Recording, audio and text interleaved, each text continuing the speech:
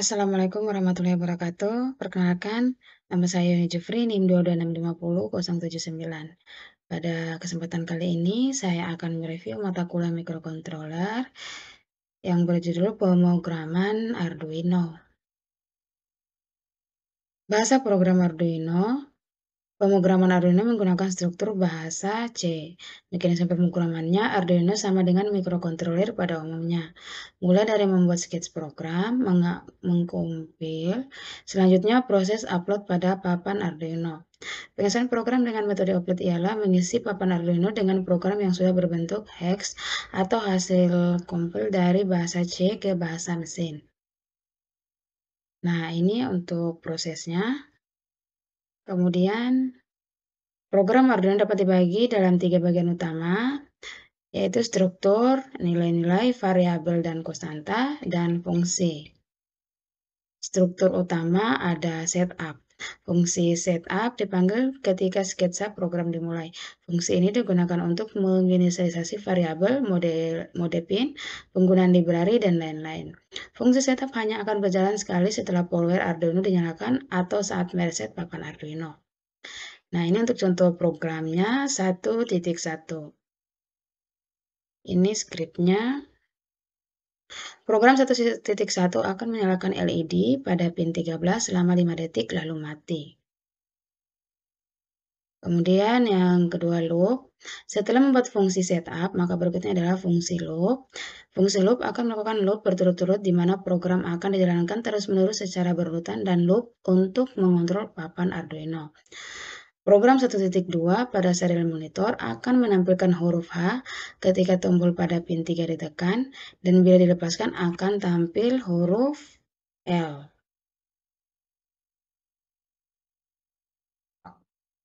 Nah, ini untuk skripnya. Kemudian lanjut ke komentar, digunakan untuk memberikan keterangan pada program yang dibuat. Komentar tidak dieksekusi, maka komentar tidak menambah ukuran file hasil kompil. Cara membuat komentar ialah sebagai berikut, ditandai dengan tanda garis miring 2. Atau ini, garis miring, kemudian tanda bintang. Ditutup juga dengan tanda bintang, baru garis miring. Lanjut, ekspresi bilangan.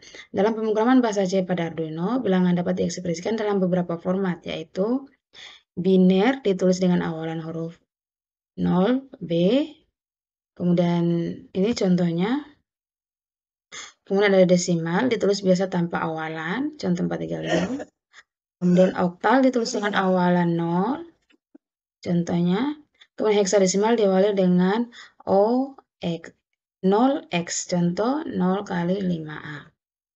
Lanjut, struktur kontrol. Setiap program yang dibuat membutuhkan suatu kontrol, tak hanya perulangan namun suatu eksekusi dengan syarat tertentu juga diperlukan. Pengujian kondisi if digunakan untuk mengecek suatu kondisi. Jika benar, maka perintah dalam if akan dikerjakan. Ini untuk contoh skripnya. Kemudian lanjut ke if else. Seperti dengan if, hanya saja ada dua pilihan pernyataan atau perintah. Jika kondisi benar, maka perintah di dalam if akan dikerjakan. Jika kondisinya salah, maka pernyataan di dalam else lah yang akan dikerjakan. Nah, ini untuk if else. If else if. Untuk melakukan pengecekan satu kondisi lebih dari satu, maka bisa menggunakan if else if. Lanjut, switch case. Pernyataan ini digunakan untuk memilih kondisi yang sesuai untuk kemudian mengerjakan perintahnya. Bedanya adalah kondisi yang diuji berupa sebuah variabel. Jika variabel memenuhi syarat dari salah satu case, maka dia akan mengerjakan pernyataan atau perintah tersebut. Misal nilai variabel sama dengan 2, maka dia akan mengerjakan pernyataan atau perintah 2. Jika tidak memenuhi, maka dia akan mengerjakan default. Kemudian perulangan. While, perulangan ini digunakan untuk membuat perulangan yang tidak terbatas selama kondisi dalam while benar. Perulangan while akan berhenti atau keluar setelah A mencapai angka 200. A kurang dari 200. Do while, perulangan ini akan melakukan pernyataan atau perintah, lalu akan melihat kondisi dalam while. Jika benar, maka perintah akan dieksekusi kembali. Perulangan pertambahan A tambah 1 akan dilakukan sampai A sama dengan 200. Kemudian for digunakan untuk perulangan yang sifatnya terbatas. Goto, perintah ini digunakan untuk melompat atau menuju perintah yang telah diberi label. Return digunakan untuk memberikan nilai balik dari sebuah fungsi. Continue untuk melewati perulangan yang tersisa dari struktur looping, do, for, atau while. Break, perintah keluar dari pernyataan perulangan do, for, atau while, juga digunakan untuk mengakhiri pernyataan dalam switch case. Kemudian ada sintaks, digunakan untuk mengakhiri sebuah pernyataan untuk titik koma, kemudian curly braces, bagian utama dari bahasa pemrograman C yang digunakan dalam beberapa konstruksi yang berbeda dalam beberapa fungsi. Define, komponensi yang berguna yang memungkinkan programmer untuk memberi nama untuk nilai konstan sebelum program dikompilasi. Include, digunakan untuk memasukkan perpustakaan atau library di sketsa program. Operasi aritmatika. Operasi aritmatika digunakan untuk melakukan operasi aritmatika. Operasi aritmatika mempunyai hierarki paling tinggi dibanding operator pembanding dan operator logika. Nah, ini untuk operator aritmatika terbagi menjadi ada 6, di mana ada sama dengan pemberian nilai, ada tambah penjumlahan, ini pengurangan, ada perkalian, ditandai dengan tanda bintang, kemudian pembagian, dan sisa bagian, ditandai dengan operator persen.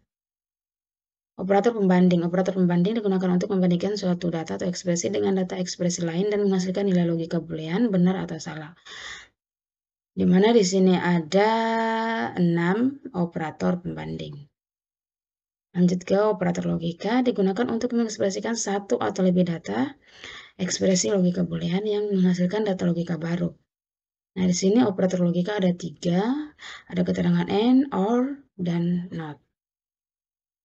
Kemudian ada operator bitwise. Bitwise operator sama dengan digunakan untuk operasi bit per bit pada nilai integer, terdiri dari operator NOT, AND, OR, XOR, SHL, SHR.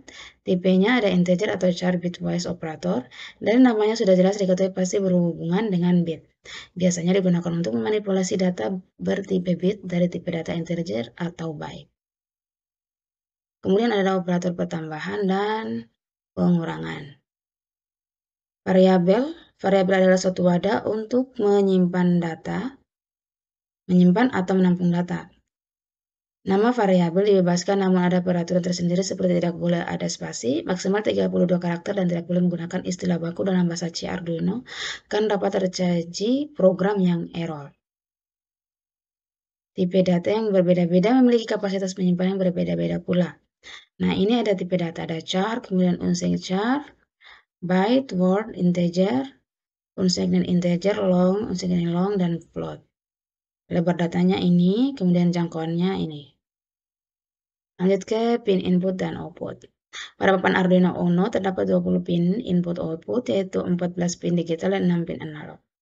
Inisialisasi fungsi pin input-output. Pada saat yang sama, sebuah pin hanya bisa memiliki satu fungsi saja, baik input maupun output. Kemudian menulis data digital di pin output. Setelah membuat pin sebagai digital output, selanjutnya untuk menulis atau mengeluarkan logika data digital dengan perintah sebagai berikut, ada digital write, pin value, pin, nomor pin digital output, value high atau low.